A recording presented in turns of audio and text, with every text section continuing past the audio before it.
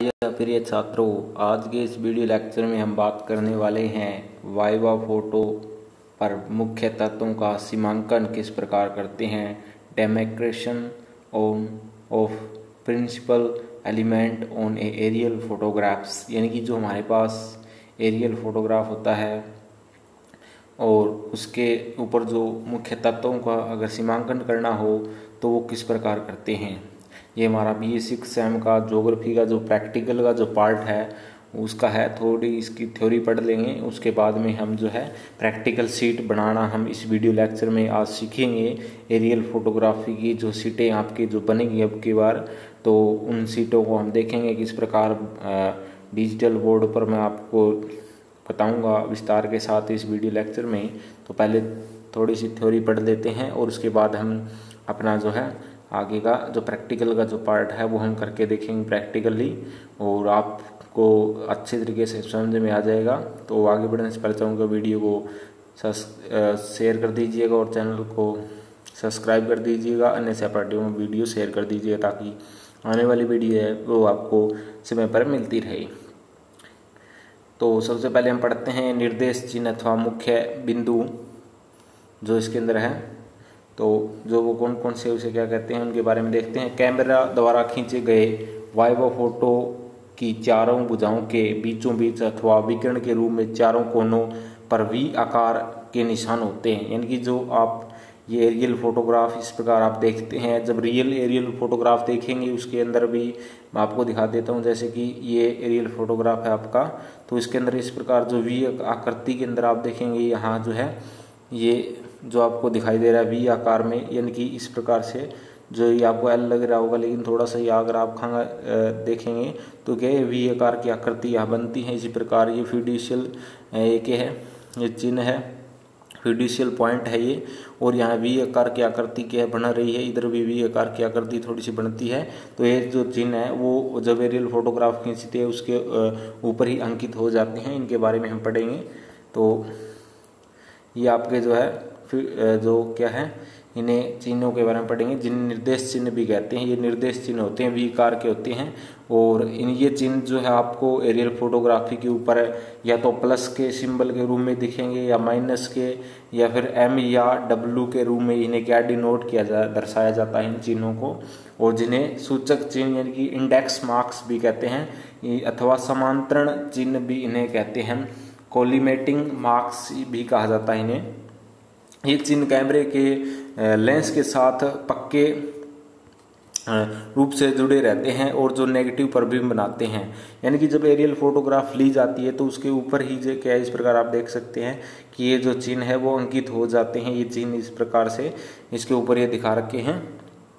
इसी प्रकार अगर ब्लैक रंग की एरियल फोटोग्राफी तो ब्लैक रंग पर इस प्रकार चारों कोणों पर जो फोटो के आपको ये चिन्ह दिखाई दे जाएंगे। इस प्रकार से ये जो ये V आकार में बनाते हैं, इस प्रकार जब आप इसको ध्यान से देखेंगे तो आपको V आकार में दिखेंगे।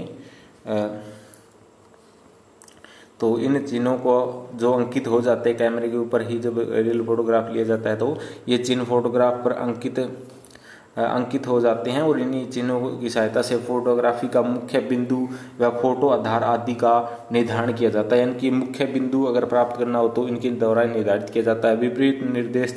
विपरीत निर्देश अथवा फ्यूडिशियल चिन्हों को मिलाने वाली सरल रेखा को फ्यूडिशियल अक्ष कहते हैं। जिस प्रकार आपका ये दे रखा है, ये एरियल फोटोग्राफ का जो सीट बना करके आपको दिखा रखी है, इस प्रकार की सीट आपको अपने जो प्रैक्टिकल के अंदर बनानी है। तो आप देख लेते हैं कि ये जो आपके जो ये दिखा रखे हैं ये फ्यूडिशियल क्या है, ये फ्यूडिशियल चिन्ह है। ये फ्यूडिशियल चिन्ह है इस प्रकार ये कोने के अंदर, बिल्कुल कोने के अंदर जो वर्ग से बने हुए छोटे छोटे वर्ग, एक ये यहाँ इस प्रकार इसमें बीच में बना हुआ है। तो इस प्रकार अगर फ्यूडिशियल चिन्ह अगर बीच में है तो हम क्या बीच में से उनको एक आपस में मिला देंगे। जिस प्रकार ये मिला रखा है, इस फ्यूडिशियल पॉइंट को इस प्रकार से मिला दिया और इस फ्यूडिशियल पॉइंट को इस प्रकार से बना दिया। तो इस प्रकार जब हम मिला देते हैं दोनों चारों फ्यूडिशियल पॉइंटों को आपस में, तो ये हमारा मुख्य बिंदु आ जाता है। बिल्कुल जो फोटो का है बिल्कुल सेंटर आपका निकल के आ जाता है। तो यही हमें सीट जो हमारी बनेगी, तो यह फ्यूडिशियल पॉइंट होता है। तो आइए इसे हम बोर्ड के ऊपर देख लेते हैं और वहाँ पर इसको अच्छे तरीके से समझेंगे। तो तो हम यह वाइट बोर्ड पर देख लेते हैं आप किस प्रकार आपको जो शीट बनानी है।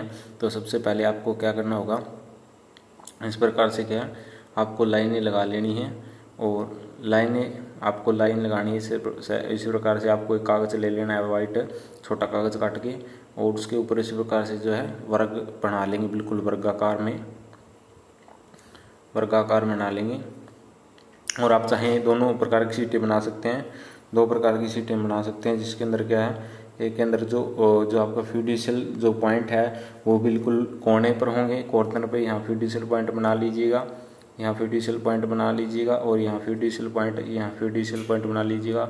और एक जो दूसरा है वो यहाँ फिड्यूशियल पॉइंट होगा, यहाँ फिड्यूशियल पॉइंट बना लीजिए इस प्रकार पेंसिल से, और यहाँ इस प्रकार से बिल्कुल समान बनाने हैं। बोर्ड पे थोड़ा सा सही नहीं बन पाए, लेकिन आपको क्या है बिल्कुल एक सार काटने हैं। और इस प्रकार आप इनको डार्क कर देंगे पेंसिल से, और इनको डार्क कर देंगे, इनको डार्क कर देंगे, इनको डार्क कर देंगे, और इनको भी क्या आप डार्क कर देंगे, इनको डार्क कर देंगे, इनको इस प्रकार से पेंसिल से। और इस प्रकार जब आप इन दोनों को आपस में मिलाओगे, इसको यहाँ से और इसको यहाँ से काटते इस प्रकार वर्ग को यहाँ से मिलाओगे तो आपका मुख्य पॉइंट आ जाएगा।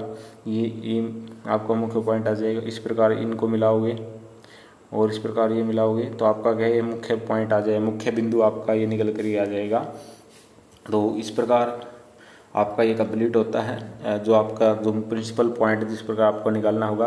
और ये आपको एक कागज़ पर बनाना है, खाली कागज़ पर, और उसके बाद आपको अपनी सीट पर इसको चिपके देना है। और इस प्रकार से आपका जो है ये बन करके तैयार हो जाएगा। सीट है, इसको काट करके इस प्रकार कागज़ से इस प्रकार कट करके बिल्कुल इसके पास से, और इस प्रकार इसको कट करके अपने जो प्रैक्टिकल जो सीट होगी उसके ऊपर आपको क्या चिपके लेना है इसको अच्छे तरीके से। और इनका आपको नाम रख देंगे, जो भी ये मुख्य बिंदु है तो इसका मुख्य बिंदु आप सेंटर पॉइंट इसका इस प्रकार मुख्य बिंदु है। तो ये आपका क्या मुख्य बिंदु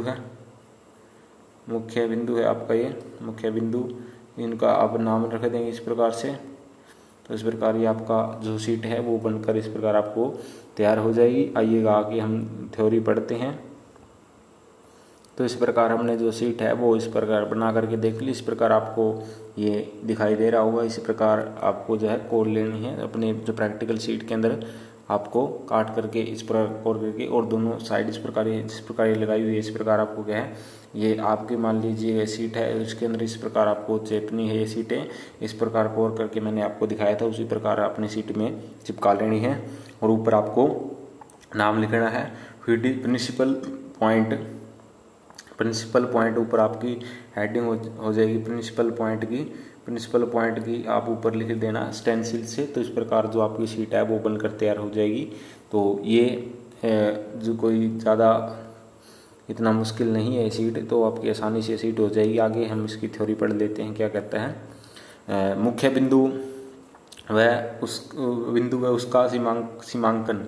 वायु फोटोग्राफ पर चारों फिड्यूशियल चिन्हों के प्रतिच्छेदन बिंदु को मुख्य बिंदु कहा जाता है, प्रिंसिपल पॉइंट कहा जाता है। इसका निर्धारण 2 प्रकार से किया जा सकता है। पहला तरीका चित्र 1.1, जिसमें इस प्रकार हमने देखा कि 1.1 में मैंने बताया था, जहां फिड्यूशियल जो चिन्ह होते हैं वो बिल्कुल कॉर्नर पर हो, तो इनको दोनों को आप में देंगे तो आपका ये मुख्य बिंदु इस प्रकार निकल के आ जाएगा। एक तो ये मेथड है, हमने दोनों मेथड कर लिए हैं। और ये एक दूसरा मेथड है जहाँ फिड्यूशियल जो चिन्ह है वो अगर जो एरियल फोटोग्राफी के अंदर बिल्कुल बीच की लाइन पर हो, बीच में हो, तो उनको मिला देंगे। तो इस प्रकार जो आपका है वो मुख्य पॉइंट आ जाएगा एरियल फोटोग्राफ का। जिस प्रकार आपका इसके अंदर दिखा रखा है ये एरियल फोटोग्राफ है, और इसके जो दोनों फिड्यूशियल चिन्हों को इस प्रकार से जो मिलाया गया आप देख सकते हैं। तो ये आपका मुख्य बिंदु यहाँ निकल कर आ जाता है। इस जगह पर आपका जो प्रिंसिपल जो पॉइंट है वो निकल कर आ जाता है इस पॉइंट पर। तो इस प्रकार इनको मिलाया गया है और इन जो फिड्यूशियल चिन्ह को मिलाया गया, तो ये आपका ये मुख्य बिंदु आ गया। यहाँ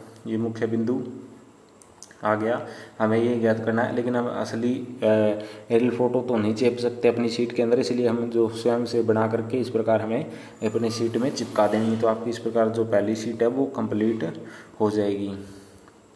और आगे हम देख लेते हैं कि इस प्रकार जो मुख्य बिंदु निकाला जाता है इसका निर्धारण 2 प्रकार से होता है। एक हमने देख लिया, तो आगे हम बात करते हैं जिसमें वाइव फोटोग्राफ के चारों किनारों के फिड्यूशियल चिन्हों को सरल रेखाओं द्वारा मिला दिया गया है। और ये सरल रेखाएं या विकर्ण है या फिड्यूशियल अक्ष जहाँ पर भी आपस में प्रतिच्छेदन करते हैं ये, तो वो इसका मुख्य पॉइंट है और करते हैं और मुख्य बिंदु कहलाता है। दूसरा तरीका चित्र 1.1 मैंने देख लिया था जिसमें वायु फोटोग्राफी की चारों भुजाओं के मध्य स्थित फिड्यूशियल चिन्ह दो सरल रेखाओं अथवा फिड्यूशियल अक्षों द्वारा मिलाया दिया जाता है। यानी कि हमने पीछे ये देख चुके हैं। इस प्रकार इसमें क्या है, जो फिड्यूशियल चिन्ह बिल्कुल भुजा के बीच में है, तो यहाँ ये बीच में है, तो ये बीच में है, तो कोई बात नहीं, इनको इस प्रकार से मिला करके और जो ये बीच में मुख्य बिंदु इस प्रकार आपका निकल के आ जाता है। तो ये हमने कर लिया था और आगे देखते हैं अपन। ये फिड्यूशियल चिन्ह वायु फोटोग्राफ पर जहाँ भी प्रतिच्छेदन करते हैं बिंदु मुख्य बिंदु कहलाता है। और चित्र 1.2 में देखिए वास्तविक फोटो पर मुख्य बिंदु निर्धारण किया गया है। इस प्रकार हम देख सकते हैं इसके अंदर मुख्य बिंदु का निर्धारण किया गया पहले विधि के द्वारा। कैमरे के लेंस के केंद्र से गुजरने वाला कोई रेखा जिस बिंदु पर फिल्म का स्पर्श करती है उसे बिंदु को वायु फोटो का मुख्य बिंदु कहते हैं। यानी कि कैमरे के लेंस के केंद्र से गुजरने वाली कोई रेखा फिल्म को स्पर्श करती है, यानी कि जहाँ फिल्म को स्पर्श करती है उसे वायु फोटो का मुख्य बिंदु कहलाता है। सामान्यतः लेंस के केंद्र से गुजरने वाली यह रेखा कैमरे की केंद्रीय रेखा होती है। यानी कि जब आप बिल्कुल यानी कि कैमरे के अगर सेंटर से कोई रेखा निकाल ली जाए तो वो यहाँ पर आएगी। जिस प्रकार कैमरे से अगर फोटो लेते हैं जिस प्रकार हम कैमरे से फोटो लेते हैं तो वो किस प्रकार आएगी। जिस प्रकार ये कैमरा है, मान लीजिए कैमरा है और इस कैमरे से हम जो है इस प्रकार अगर ये कैमरा इसे जो सेंटर की जो लाइन अगर खींची जाए तो वही सेंटर की जो लाइन है वो यहाँ टच करेगी। यानी कि इस प्रकार से हम ये कैमरा बना लेते हैं। अगर कैमरा ऊपर से इस प्रकार हवाई जहाज से फिट किया गया है तो इसकी जो सेंट्रल पॉइंट है कैमरे का वो यहाँ टच करेगा, बिल्कुल वो लाइन बिल्कुल सेंटर यहाँ होगा। इस प्रकार कैमरे से यहाँ से जो फोटो ली जाती है तो इस प्रकार जो केंद्र बिंदु हमें पता चल जाता है। आगे देखते हैं हमें, जैसा कि चित्र 1.2 में जो है दर्शाया गया है। तो यह भूमि पर बिंदु है जिस पर वायु फोटो लेते समय कैमरे के ऑप्टिकल अक्ष स्पर्श करता है। यानी कि ऑप्टिकल अक्ष बिल्कुल जो आपका सेंटर का जो अक्ष होता है, कैमरे का जो अक्ष होता है वो यहाँ पर स्पर्श करता है। तो ये इस प्रकार से हमने देख लिया। और युग्म बिंदु तथा उसका सीमांकन, उड़ता हुआ वायुयान वायु फोटो लेते समय स्वाभाविक होता है और आगे की ओर बढ़ रहा होता है। आगे बढ़ते समय वायुयान की स्थिति में अंतर आता रहता है। यानी कि आगे बढ़ता है तो उसकी स्थिति में अंतर आएगा। उड़ते हुए वायुयान से वायु फोटो इस प्रकार लिए जाते हैं कि एक वायु फोटो में अंकित क्षेत्र के कुछ भाग की पुनरावृत्ति अगले वायु फोटो में होनी चाहिए और एक ही स्थान के विभिन्न संलग्न अर्थात पास के वायवा चित्रों में होने वाली पुनरावृत्ति का अतिव्यापन कहा जाता है। और वायवा फोटोग्राफी की प्रक्रिया को अतिव्यापन दो प्रकार से होते हैं। अतिव्यापन क्या होता है इसको भी हम समझ लेंगे। जिस प्रकार के ये दो फोटो आपको के सामने जिस प्रकार से ये दर्शाए गए हैं प्रैक्टिकली रूप में, असलियत में तो ये नहीं है, लेकिन इस प्रकार ये दिखाया गया है कि किस प्रकार आपको समझाने का प्रयास किया गया है। जिस प्रकार ये दो अलग अलग आपको जो एरियल फोटोग्राफ दिखाई दे रहे हैं, तो जो P है वो प्रिंसिपल पॉइंट को डिनोट करता है, P प्रिंसिपल पॉइंट को डिनोट करता है और ये मुख्य बिंदु है। और ये आपका क्या है, फ्यूडिशियल चिन्ह है, फ्यूडिशियल चिन्ह इस प्रकार आपको दर्शा रखा है। तो और ये आपका अक्ष है, ये अक्ष रेखा है दोनों, ये वाई ये एक्स अक्ष है। मैथ के अंदर आपने सीखा होगा कि आपको पता ही है कि ये लाइन जो होती है वो एक्स अक्ष होती है और जो ऊपर वाली होती है वो वाई अक्ष होती है। आपको मैथ के अंदर भी ये प्लस का होता है, ये इधर वाई क्या है, ये माइनस का होता है, ये इधर एक्स प्लस का होता है, ये इधर क्या है, इधर प्लस का होता है, इधर क्या है एक्स माइनस का होता है। इस प्रकार एक्स अक्ष के बारे में आपको पता ही होगा। और तो यहाँ उड्डयन रेखा आपको दर्शा रखी यहाँ से ये उड्डयन रेखा है। तो इसके अंदर जो अतिव्यापन क्या होता है कि वो इस प्रकार इस फोटो में आप ध्यान से देख सकते हैं कि कुछ जो पार्ट है, जिस प्रकार ये आपका पहला फोटो लिया गया था, पहला फोटो इस प्रकार यहाँ तक कवर होता है। जो पहला फोटो है आपका यहाँ तक कवर होता है, तो पहला फोटो यहाँ तक कवर होता है। तो इसके अंदर अपन क्या देखते हैं कि ये फोटो कवर कर लिया, लेकिन जब आगे बढ़ते गए इस उड्डयन रेखा, जैसे कि हवाई जहाज इस दिशा की ओर गतिमान था, इस दिशा की ओर हवाई जहाज जा रहा था, तो जो आपका एरिया है वो इतना कवर हो गया, लेकिन जब वो आगे बढ़ा तो कुछ एरिया उसने क्या दूसरा, जब ये पहला एरियल फोटोग्राफ लिया गया था और वापस आगे आगे हवाई जहाज बढ़ा तो इस प्रकार उसने क्या दूसरा एरियल फोटोग्राफ लिया। तो दूसरा एरियल फोटोग्राफ लिया तो उसके अंदर उसने क्या किया, जो दूसरे पहले एरियल फोटोग्राफ का कुछ पार्ट है दोबारा कवर किया, ये जो पार्ट है बीच का जितना बच गया ये क्या है अतिव्यापन क्षेत्र कहलाता है। यानी कि एक बार फोटो ले लें, जिस प्रकार आप अपने एक किताब के पूरा खोल के और उसका पहले एक पेज का फोटो लेंगे, फिर आप जब दूसरी साइड वाली किताब की फोटो लेंगे तो वो क्या कुछ एरिया उसका कवर कर लेंगे, पीछे का कवर कर लेंगे, तो उसे अतिव्यापन क्षेत्र कहेंगे। इस यानी कि पिछले फोटोज में जो एरिया कवर हो गया है उसका कुछ एरिया लेते हुए वो कुछ नया एरिया है वो नया एरिया ऐड करके कर लिया जाता है, तो उसे अतिव्यापन कहते हैं। यानी कि जो फोटो जिस क्षेत्र की दोबारा खिंच जाती है, जिस प्रकार के मान लीजिएगा कि आप इसको ऐसे समझिएगा, जिस प्रकार की मान लीजिएगा आप चार लोगों को फोटो खींचना है, तो सबसे पहले इस प्रकार चारों व्यक्ति लाइन से पहले आपने क्या कर लिया, इन तीनों का फोटो ले लिया, इन तीन व्यक्तियों का फोटो आपने ले लिया और उसके बाद में दूसरा फोटो खींचा, उसके अंदर आपने क्या किया, इन तीनों का फोटो ले लिया। तो इस प्रकार के ये दो व्यक्ति है, दोबारा इनका फोटो ले लिया गया, लेकिन इसका नहीं आया, एक नए व्यक्ति आ गया। तो जो एरिया जो दो व्यक्तियों को दोबारा फोटो लिया गया वो एरिया क्या है, वो अतिव्यापन क्षेत्र है। ऐसा ही धरातल के जो एरियल फोटोग्राफ लिए जाते हैं उसके अंदर किया जाता है। तो आगे हम देखते हैं, तो इस प्रकार की आपका अतिव्यापन क्षेत्र जो है वो आप समझ गए क्या होता है। तो इस प्रकार इसके अंदर दो प्रिंसिपल पॉइंट हो जाएंगे, सेंट्रल प्रिंसिपल पॉइंट, यहाँ P1 का मतलब है कि प्रिंसिपल पॉइंट 1 और P2 का मतलब यहाँ P जो 1 लिखा हुआ है इसका मतलब है कि प्रिंसिपल पॉइंट 1 और यहाँ लिखा हुआ P2 प्रिंसिपल पॉइंट 2 इसका मतलब होता है, और ये CPS सेंट्रल प्रिंसिपल पॉइंट और सेंट्रल प्रिंसिपल पॉइंट 1। तो इस प्रकार आप किस प्रकार समझेंगे इसको देखिएगा, ये भी शीट आपको बनानी है तो इसको आप देखेंगे किस प्रकार से। ये हमने देखा कि आपकी क्या है, ये जो आपकी पहली एरियल फोटोग्राफ है, ये आपकी पहली एरियल फोटोग्राफ है और इसका जो अक्ष आप देखेंगे इन दोनों फिड्यूशियल पॉइंटों का आपने मिलाया, तो इस प्रकार आपका जो है इस पहले वाली फोटोग्राफी का जो प्रिंसिपल पॉइंट यहाँ आया और दूसरी एरियल फोटोग्राफी जब आपने अतिव्यापन क्षेत्र किया यहाँ तक थी ये दूसरी एरियल फोटोग्राफ, ठीक है। और जब आप इससे होकर के आपने मिलाया तो इस प्रकार आपका क्या है, ये दूसरी फोटो का प्रिंसिपल पॉइंट आ गया, ये पहली फोटो का आपका प्रिंसिपल पॉइंट था यहाँ और ये आपका दूसरी प्रिंसिपल पॉइंट का फोटो था। इस प्रकार हमने दोनों को मिला दिया और उड्डयन रेखा इस ओर गतिमान है क्योंकि हवाई जहाज है वो इस दिशा में जा रहा है, तभी इस प्रकार प्रिंसिपल पॉइंट आएगी। इस प्रकार अगला और एरियल फोटोग्राफ लिया जाए तो उसके अंदर भी इस प्रकार से इसका कुछ पार्ट कवर किया जाएगा और तीसरा एरियल फोटोग्राफ इस प्रकार से आपका ले लिया जाएगा, उसके अंदर भी इस प्रकार एक्स ज्ञात करेंगे, प्रिंसिपल पॉइंट ज्ञात किया जाएगा। इस प्रकार आगे इस प्रकार जो है एरियल फोटोग्राफ इस प्रकार लिए जाते हैं। तो इस प्रकार आपने सीखा होगा कि प्रिंसिपल पॉइंट किस प्रकार ज्ञात किया जाता है। ये जो अब आप सीख ही गए होंगे, तो ये पहली फ़ोटो का यहाँ तक की है और ये दूसरी फ़ोटो यहाँ तक की है क्योंकि इनका कवर किया गया आपसे मेरी, इनका प्रिंसिपल पॉइंट ये दूसरी फ़ोटो का और पहली फ़ोटो का प्रिंसिपल पॉइंट ये है। तो इस प्रकार इन दोनों को डिनोट किया जाता है। इस प्रकार आपको यानी कि 60% जो अतिव्यापन जो एरिया है एक फोटो का 100% थी और दूसरी फोटो जब ली जाती है तो उसके अंदर क्या 60% पिछली ये जो एरिया है यहाँ तक का जो अतिव्यापन हुआ है जितना एरिया ये क्या 60% पिछली फोटो का 60% जो एरिया है अतिव्यापन किया जाता है। ये ज़्यादा क्यों किया जाता है कि हमें सूचना प्राप्त करनी है।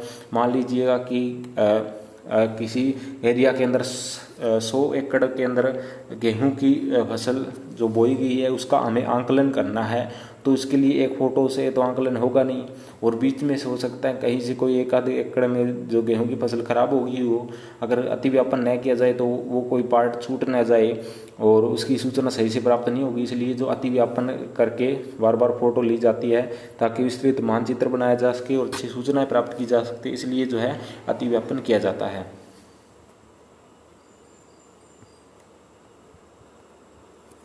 जिस प्रकार ये दे रखा है इसको और पढ़ लेते हैं। चित्र 1.3 में जो है एकल वायु फोटो की ज्यामिति को समझे और मुख्य बिंदु P निर्देश चिन्ह को मिलाने वाली रेखाओं अर्थात फिड्यूशियल अक्षों के अंतर्वेशन में स्थित है। H यही ज्यामिति फोटो 2 की है और जिसमें मुख्य बिंदु P2 फिड्यूशियल F रेखाओं के अंतर्वेशन पर स्थित है। इस प्रकार ये आपको उसके अंदर मैंने आपको बता दिया, ये वही चीज़ें इसके अंदर दे रखी है। तो आगे बढ़ते हैं हम किस प्रकार से, जिस प्रकार दिखाया गया जो रियल फोटोग्राफ में किस प्रकार जो अतिव्यापन क्षेत्र है उसको दर्शाया गया यहाँ। तो इस प्रकार आप देख सकते हैं कि जिस प्रकार ये जो फोटो है इसके अंदर आपको क्या इंटरवल दिखाई दे रहा है। इसके अंदर आप देखेंगे कि जो ये एरिया है ये आपको जो वर्गाकार ये क्या कुछ दिखाई दे रहा है आपको दीवार सी, और ये यहाँ पर आगे बढ़ गई है। तो इसका मतलब आप क्या लगा सकते हैं कि जो एरियल फोटोग्राफ है वो किस ओर, जो ये एरियल फोटोग्राफ ली गई है वो आगे की ली गई है। आप देख सकते हैं कि जो एरियल फोटोग्राफ है पहले ये एरियल फोटोग्राफ ली गई थी, इस प्रकार यहाँ तक थी, ये ली गई, उसके बाद में जो है आगे जो एरियल फोटोग्राफ ले गई तो इस प्रकार जो आगे का एरिया जो कवर हो गया। तो इस प्रकार यहाँ जो एरिया था वो क्या था, ज़्यादा है, इस प्रकार यहाँ कम है। तो इसका मतलब क्या है कि जो एरियल जो फोटोग्राफ है वो ये एक ही जगह है लेकिन यहाँ अतिव्यापन किया गया है। आप देख सकते हैं कि यहाँ ये यहाँ पर है। तो इसका मतलब क्या है, जो एरियल फोटोग्राफ है इधर की ओर उड्डयन रेखा इधर इस दिशा की ओर है, क्योंकि यहाँ जो एरियल फोटोग्राफ का जो पार्ट था वो आगे बढ़ गया। तो आगे बढ़ने से क्या होगा, आगे का जो एरिया है वो कवर होता है। तो इस प्रकार जो फिड्यूशियल पॉइंट है वो आपको दिखाया गया कि दो फोटो के अंदर डिफरेंस दिखाया गया आपका। तो ये आपको दो अलग अलग फोटो दिखाए गए हैं। आगे हम देख लेते हैं कि क्या है उड़ान की दिशा अतिव्यापन पार्श्विक अतिव्यापन। आपको ये दो क्या होते हैं इनके बारे में देख लेते हैं कि पार्श्विक और अतिव्यापन एक चीज़ें होती हैं। तो उड़ान की दिशा में अतिव्यापन और पार्श्विक अतिव्यापन है। उड़ान की दिशा वाले अतिव्यापन में लगभग 60% क्षेत्र की तथा पार्श्विक अतिव्यापन में 20 से 30% क्षेत्र का पुनरावृत्ति होती है। यानी कि जब अगर यानी कि उड़ान की दिशा में अतिव्यापन होगा तो वो 60% एरिया का अतिव्यापन दोबारा का फोटो लेगा, और अगर जो पार्श्विक अतिव्यापन होगा उसमें 20 से 30% जो है आपका क्षेत्र का पुनरावृत्ति होगी, दोबारा का फोटो लिया जाएगा उस क्षेत्र का अगली फोटो में। तो अतिव्यापन के फलस्वरूप प्रत्येक वायव चित्र के मुख्य बिंदु के पिछले व अगले वायव चित्रों में भी पुनरावृत्ति होती है। और यदि हम ध्यान से एक वायव चित्र के मुख्य बिंदु के निकटवर्ती भागों को देखें तो इसके कुछ भाग संलग्न वायव चित्रों में भी दिखाई देगा। पुनरावृत्ति वाले इन दो बिंदुओं को संयुग्म मुख्य बिंदु या कंजक्ट प्रिंसिपल पॉइंट कहते हैं। और चित्र 1.4 में स्पष्ट है कि पहली वायव फोटो को मुख्य बिंदु और दूसरी वायव फोटो को संयुग्मी मुख्य बिंदु है। और आगे हम देखते हैं वायव फोटो का आधार क्या है। तो अब तक आप जान चुके हैं कि हर मुख्य बिंदु यानी कि प्रिंसिपल जो पॉइंट होता है बीच का के संयुग्म मुख्य बिंदु कंजक्ट प्रिंसिपल पॉइंट होते हैं। इन संयुग्मी मुख्य बिंदुओं के बीच की औसत दूरी को वायव फोटो का आधार कहते हैं। इनके जो बीच की जो दूरी होती है वो उसे हम क्या वायव फोटो का आधार कहते हैं। जैसे कि इस प्रकार से जो इनके जो अतिव्यापन की दूरी है यानी कि जो आपका दिखाए गए, अब तो जान चुके हैं हर बिंदु के संयुग्म बिंदु होते हैं, और इन संयुग्म मुख्य बिंदु के बीच की औसत दूरी यानी कि जिस प्रकार ये दो बिंदु है इस प्रकार एरियल फोटोग्राफी में हम देखे गए थे, इनके जो बीच की जो दूरी है ये जो बीच की इनके जो दूरी है उसे हम आधार रेखा कहते हैं। इनके वायु फोटो की आधार कहते हैं, आधार रेखा कहते हैं। इनके दो बिंदुओं के जो बीच की दूरी है उसे हम आधार रेखा कहते हैं। तो वायु फोटो का आधार रेखा कहते हैं। और उड्डयन रेखा क्या होती है, जब किसी स्थान का ऊर्ध्वाधर वायु फोटो खींचना हो तो कैमरे को हेलीकॉप्टर, वायुयान, अंतरिक्ष यान में फिट करना पड़ता है। तो अंतरिक्ष यान में फिट करना पड़ता है। तो उसके लिए क्या किया जाता है, देखते हैं। कैमरा फिट होने का स्थान प्लेटफॉर्म कहलाता है। यानी कि आप पता है कि एरियल फोटोग्राफ जो लिए जाते हैं वो ड्रोन से या हेलीकॉप्टर से लेते हैं। तो उसके अंदर क्या कैमरा फिट होता है, और जहाँ कैमरा फिट होता है वो अगर क्या है, जो ड्रोन है या हवाई जहाज है वो एक प्लेटफॉर्म का कार्य करते हैं कैमरे को ऊपर आकाशमान में उड़ाने के लिए। तो इस प्लेटफॉर्म के नीचे वाले आने वाले क्षेत्र स्थानों को वाइवा फोटो ले जाता है, और इसके कैमरे ऊपर उड़ रहा है आकाशमान में ड्रोन की मदद से या कैसे भी करके, हेलीकॉप्टर में लगा कैमरा, तो उसके नीचे जो भी एरिया जो भी उस कैमरे के सामने आएगा तो उसका फोटो ले लेगा। तो इस प्रकार जो जिस दिशा में वायुयान क्या है, तो वायुयान है या हेलीकॉप्टर है वो क्या है, गतिमान होगा। तो उसे ही, और वो एक पर्टिकुलर रेखा के ऊपर ही जो है गतिमान होगा, तो उसे ही वाइवा फोटोग्राफ के उड्डयन रेखा कहते हैं। तो चित्र 1.5 में हमने 3 चित्र हैं, ये दिखा रखा है कि उद्भासन स्टेशन वायु फोटो की उड़ान की दिशा। जिस प्रकार हम देख सकते हैं कि उड्डयन रेखा को और भी हम डीपली समझेंगे। जिस प्रकार ये पहला फोटोग्राफ लिया गया आपका, पहला ये जो लेंस है कैमरे का, इधर लेंस है कैमरे का, और ये पहला फोटो लिया गया, तो इस एरिया का फोटोग्राफ हमने ले लिया। अब वायुयान है वो इस दिशा में, ये जिस दिशा में गतिमान होता है ना हवाई जहाज, उसे हम उड्डयन रेखा कहते हैं।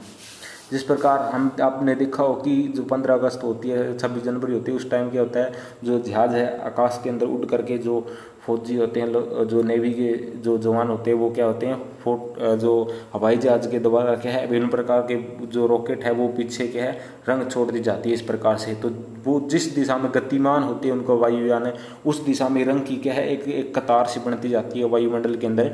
तो वो उनकी क्या होती है, उड्डयन रेखा होती है। उसी प्रकार एरियल फोटोग्राफ लेते हैं तो वो क्या है, हवाई जहाज एक दिशा में गतिमान होता है, और जिस दिशा में वो गतिमान होता है हवाई जहाज, उसी के हम उड्डयन रेखा कहते हैं।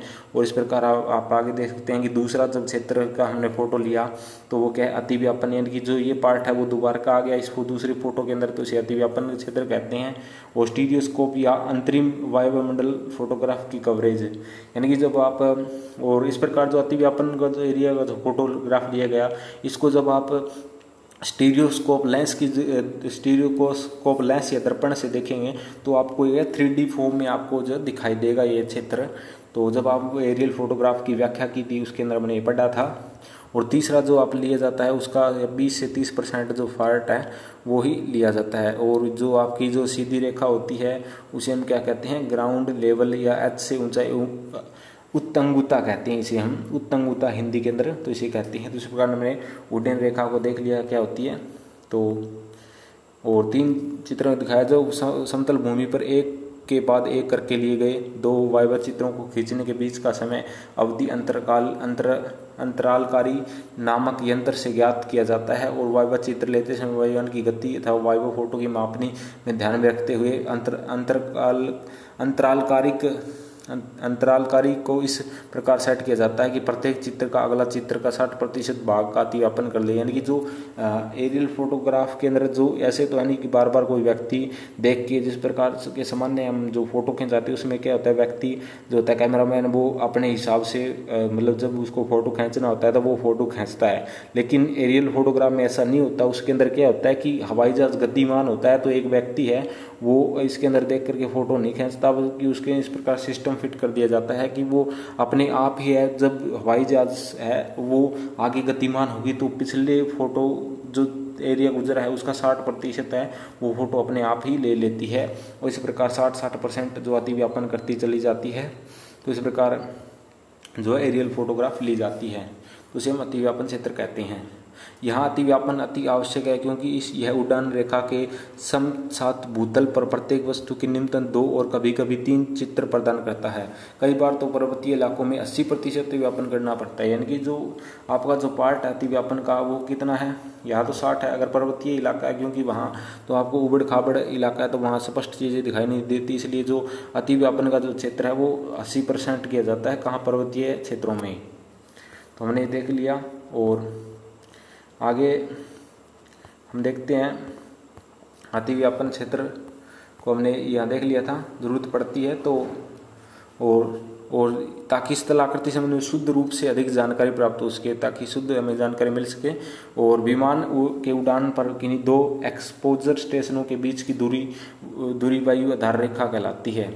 और उड्डयन रेखा धरातल के समांतर एवं सीधी उड्डयन दिशा के अनुरूप होती है। उड्डयन रेखा को सीधी अथा और समांतर रखने के लिए विशेष अभ्यास की जरूरत होती है। यानी कि जब आपको उड्डयन रेखा को समांतर रखना होता है, क्योंकि जो व्यक्ति हवाई जहाज उड़ा रहा है उसको जो रेखा है उसको समांतर बिल्कुल रखना होता है, एक लाइन में बिल्कुल उड़ाना पड़ता है। अगर वो ऊपर नीचे इस प्रकार हवाई जहाज को ऊपर या कभी नीचे ले आएगा तो क्या जो फोटोग्राफ की जो उड्डयन रेखा है वो भंग हो जाएगी, तो इससे अच्छी फोटो नहीं आएगी। तो इसके लिए जो पायलट होते हैं वो काफ़ी अच्छे होते हैं, या ड्रोन उड़ाया जाता है तो चलाने वाले जो व्यक्ति होते हैं वो काफ़ी अपने काम में माहिर होते हैं, वो उड्डयन रेखाओं को सीधा ही रखते हैं।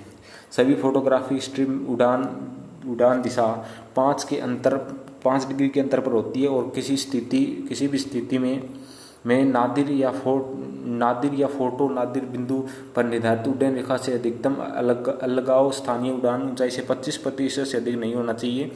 और तो इस प्रकार हम देखते हैं 25% से अधिक नहीं होना चाहिए। और यह विशिष्टीकरण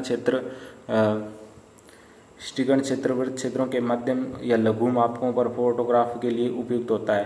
दूसरी ओर लघु क्षेत्रों तवर्त मापने के लिए निर्धारित उड्डयन रेखा से अधिकतम क्षितिज अलगाव की किसी भी फोटो नादिर या भूभाग नादिर बिंदु पर न्यूनतम उड़ान ऊंचाई को 15% से ज़्यादा नहीं होना चाहिए।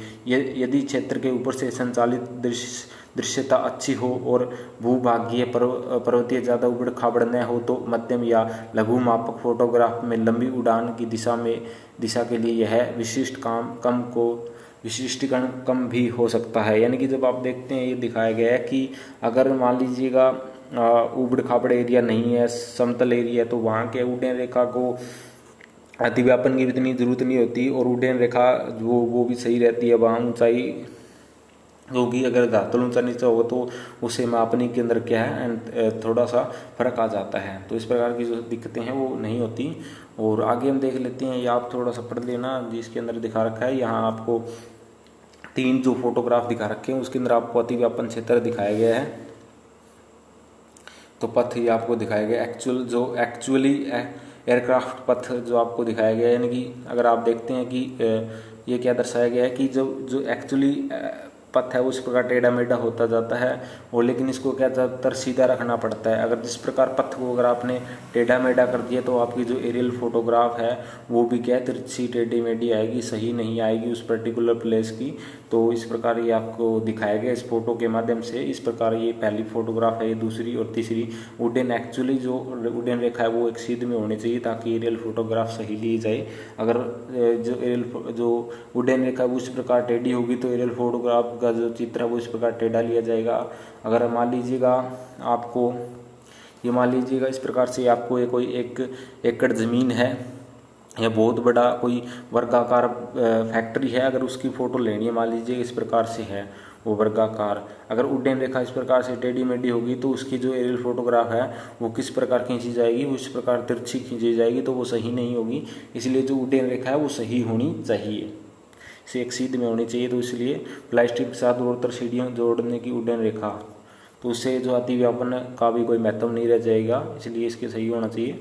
आगे हम देख लेते हैं, ये आपका दिखा रखा है उड्डयन रेखा, और ये आपको बहु उड्डयन रेखाएं जो दर्शा रखी है, ये आपको इस फोटो के अंदर ये इसके अंदर क्या बता रहा है कि आप देख लीजिएगा, इसके अंदर दर्शा रखा है कि जिस प्रकार से ये हमने पहली फ़ोटो ले ली और इस प्रकार उड्डयन रेखा इस दिशा में है उड्डयन रेखा, और फिर दूसरी फ़ोटो ले ली, फिर तीसरी फ़ोटो ले ली, लेकिन वापस के हवाई जहाज मोड़ दिया जाएगा और इस प्रकार से फिर से जो है पहली जो फ़ोटो लेगी उसका कुछ पार्ट कवर किया जाएगा, फिर आगे दूसरी ली जाएगी उसका कुछ कवर किया जाएगा, ऊपर वाली का पहले जो ली है उसका, इस प्रकार से फिर उस हवाई जहाज को मोड़ दिया जाएगा और फिर यहाँ से फ़ोटो स्टार्ट की जाएगी, फिर दूसरी फ़ोटो कवर की जाएगी, फिर तीसरी फ़ोटो इस प्रकार से कवर की जाएगी। इस प्रकार जो है जो बहु उड्डयन रेखाएं इसे कहते हैं कि एक के बाद जो एक है, और उसके अंदर क्या है जो अतिव्यापन जो एरिया है वो एक समांतर इस प्रकार से अतिव्यापन भी होता है, इस प्रकार से पहली फोटो का अतिव्यापन भी होता है, और जब दूसरी लाइन में फोटो जाती है तो नीचे से भी क्या है